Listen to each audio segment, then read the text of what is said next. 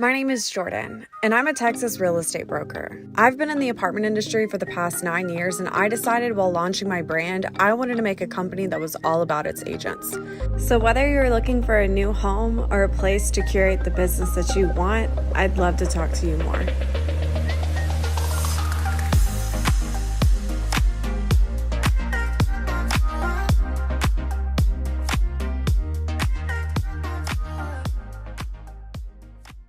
So now that we're talking about branding, let's talk about your branding. So if you are going to do your own branding, obviously it kind of depends on like what company you're with and what their rules are for your own marketing. If you're not with a company like my company that lets you do your own marketing, or your own branding, but basically let's talk about picking your aesthetic, picking like your branding. So I always will suggest to people to do your branding with your name.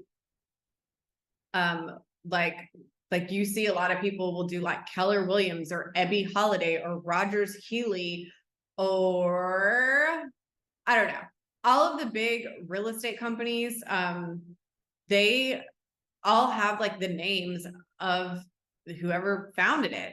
And that is for a strategic reason. It's because, once that specific person who started that business, they probably started that business once they had a lot of clients. So if somebody's like, oh, I work for Ebby Holiday back in the day when Ebby Holiday was practicing real estate still, people be like, oh, I know Ebby. Yeah, like great, you work for her. Awesome. Like it's that woman had already created a rapport with the community. People liked her, people trusted her. So then her company, it was a trusted company and it had some sort of a rapport. So I always think branding stuff with your name is really great, because as you begin to grow a team and grow a company, it's the same thing. People are like, oh, you work for the Jordan agency. Oh, I know Jordan Hankins. Like it's one of those things.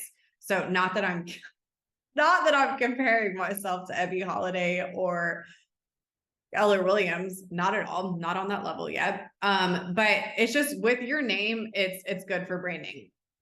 Now, if you don't want to use your name, people like Smart City, that brand is really great because it's a short name. It's easy to say, it's easy to read, and all of their branding and their aesthetic is really great. And there's not a problem. Everybody can kind of figure it out. Everybody gets the vibe. They did really good with name recognition and doing lots of different branding. So if you don't want it to be your name, that's okay too. Just make sure that whatever you're picking for the name, that it's not like 5 words. I've seen people do like Home Keys by Kristen, and it's like, if I see Home Keys by Kristen on flyers, on websites, on like t-shirts that are made, on like wine bags, like if I see Home Keys by Kristen on all this marketing material, there's so many words in that title that it's hard for me to like read it quickly and have name recognition. Now, if I see 2 words, like if you see Airbnb, or if you see Uber, or if you see favor, it's a short word and it's easy to read. It's not spelt all these weird kind of ways. It's easy to read. It's easy to see, recognize. And it's just every time you see it, you're like, oh, I know what Uber is. Oh, I know what Smart City is, because it's easy. So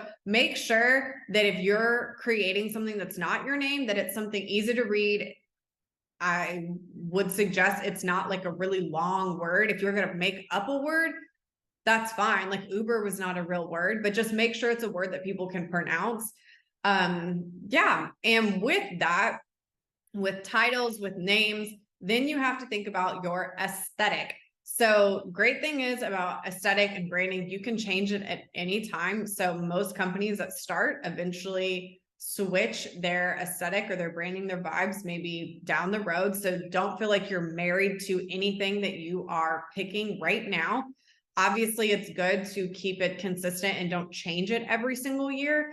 But I will say that over the years, I have changed logos, changed colors, changed websites. Like I've changed stuff. So let's kind of dive in.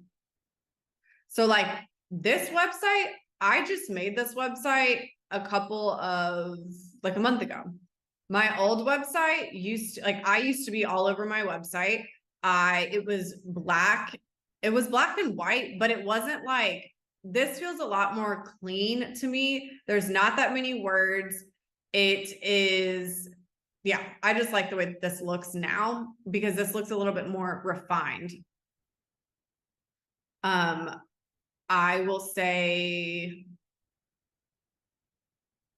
let's just think about when you're picking out colors and you're picking out branding stuff, you need to think about who your demographic is. So this is taking forever. So let's say like Smart City. Their stuff now is pretty versatile for everybody, but their branding used to be, I want to say it was like red and black and white, I think, but it was like a colorful thing. And I would say that more so colors are going to be a little bit more like, they don't have like a luxury feel to me. I don't want to use the word juvenile or like less mature, but it's just, they don't have a luxury feel. So that's why I've always really liked,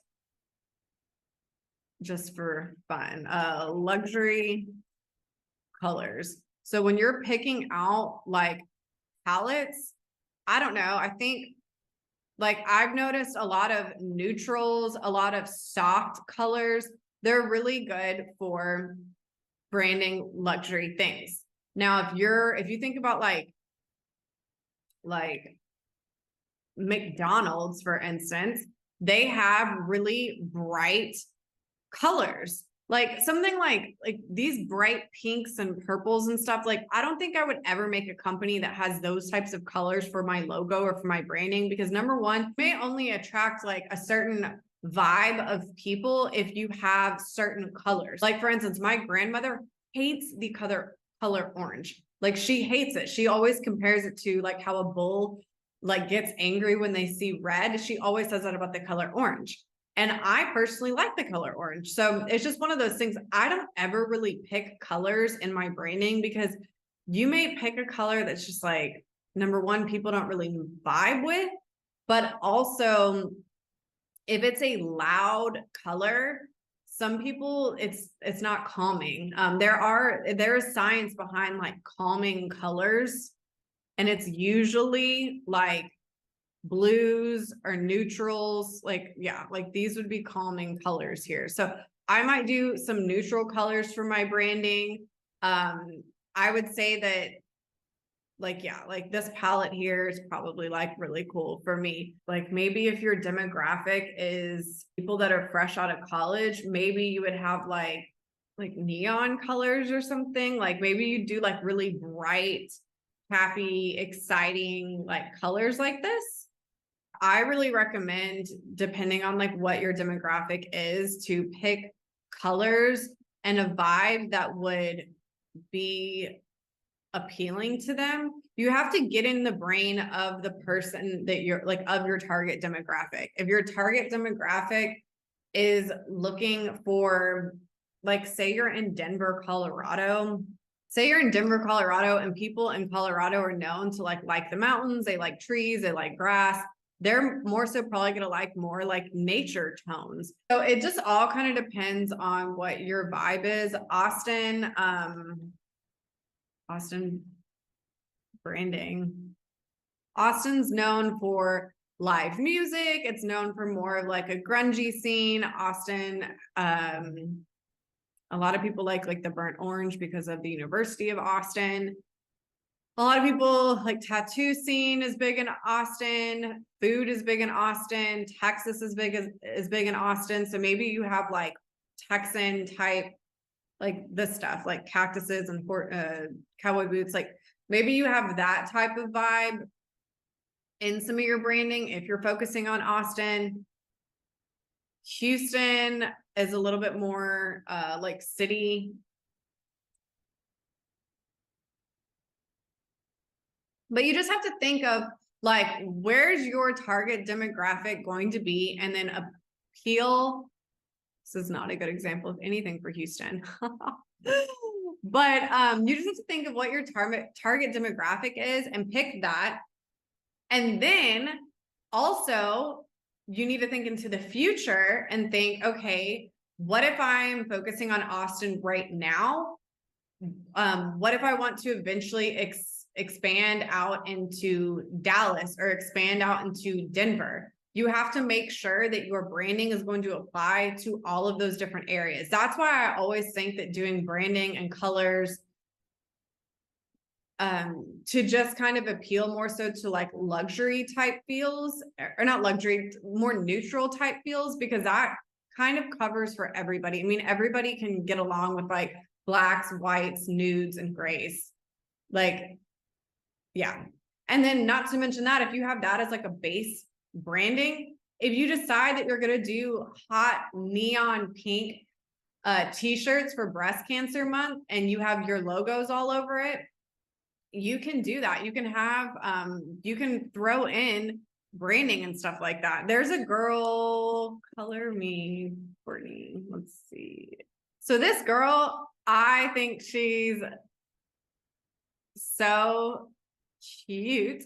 Even though I like neutrals, this girl's whole brand, even though she has nothing to do with real estate, she loves colors. So all of her stuff is super bright and super colorful. And you know that about her. And her demographic of people that follow her and like her, they love colors too.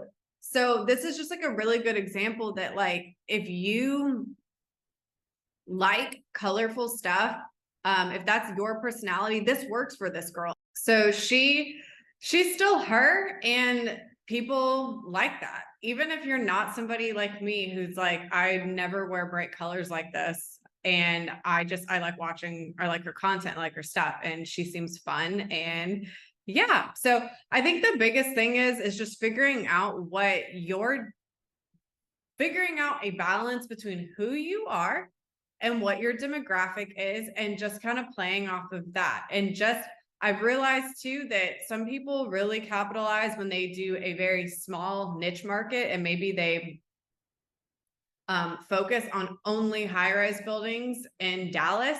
And then you have some people who maybe like their whole vibe, their whole brand aesthetic is everything Austin. So maybe they help people all over Austin and it's very broad. Or you could do very broad and be like, I'm only focusing on high rises. So I will market high rises in Houston, Austin, and Dallas. That's something else that you can do. So there's a balance between having a niche and having a niche that can also be broad. And then also with like your branding and stuff, it's just like, making sure that you are, again, having the balance between having a targeted brand and also having a brand that somewhat appeals to lots of people. So for me, I personally think that if you're going to do colors, maybe do a lot of different colors or versatile colors so that you can apply to like all different types of people. If you are going to do neutrals, that is, it can be a little bit safer that way because it applies to lots of different people. So even when you're looking at fonts, like you need to be aware of what is, like, I wouldn't consider this a luxury font probably, but there's certain fonts that are more luxury. There are more playful fonts. Like there's certain fonts that are more, like this is a good example. Like these are fonts that are more playful and maybe you could use the word like youthful or more casual. And then you have fonts that are going to be more serious or more professional. So it's just being aware of if you are going to do a logo for yourself, if you're going to have your own website. Okay, so there are different fonts for just different vibes. So I would just kind of figure out what your vibe is, what you feel like matches your personality, what you fit matches your demographic, and just base everything off of that. So we've gone over with your aesthetics the type of name that maybe you should have, the type of colors that you should have, the fonts that you should have. Then, also maybe you start considering like how you're going to set up your social media accounts. That's something that's crazy too. Instagram aesthetics. So there are people that do their post all based off of, come on, internet. There we go.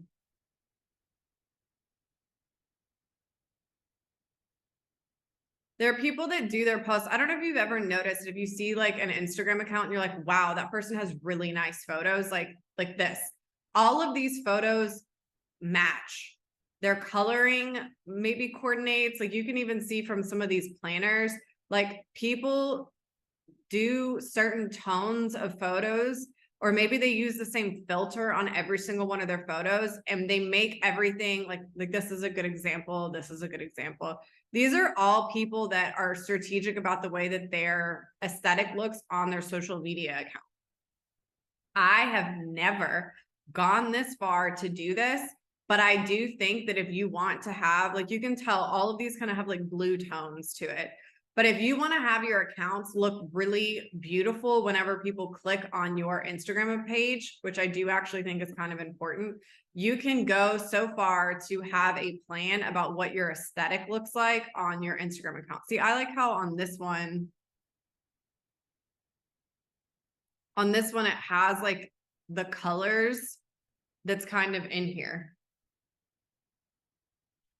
So you can do that with your social media accounts. If you're going to do YouTube, you can have like your thumbnails that all have like, these all kind of seem like they have purples. Like you can do lots of different things with your aesthetics. So all of this stuff kind of goes hand in hand. It is important. It is good for people. Like there's a science behind people trusting and liking and wanting to work with a brand based off of its branding. That's why branding is an entire industry. So I'm not a branding expert. I'm sure you could hire, actually, I know you can hire a branding person, but this kind of gets you started on like what to think about when you are creating your own personal brand. And eventually you'll probably turn that into your own business or your own brokerage one day. So don't get too caught up on making everything perfect. I have seen that something that a lot of people tend to do is they want everything perfect, or they want to make sure they're making the right choice first, and they don't end up doing anything at all because they're like, oh my gosh, I don't want to pick the colors for my company because what if I change it? Like, what if I don't like that? And the thing is you just need to start somewhere.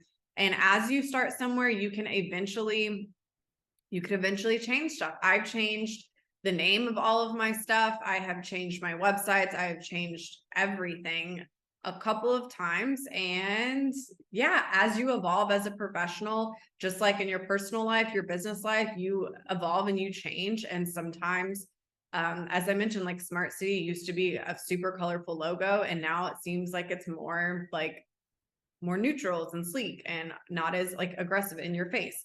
So as you change, your brand changes, we all evolve, and that is totally okay. So all you need to do is get started somewhere, but just be mindful of the things that you are working with. And that's all that matters. So make sure you pick an aesthetic that is true to you, that you feel like you can fall in love with, because you're going to be marketing that brand and that aesthetic for like every day. That's going to be what you're going to live, breathe, eat, all of that. So it's really important that you love your brand, because that's going to be like your little baby.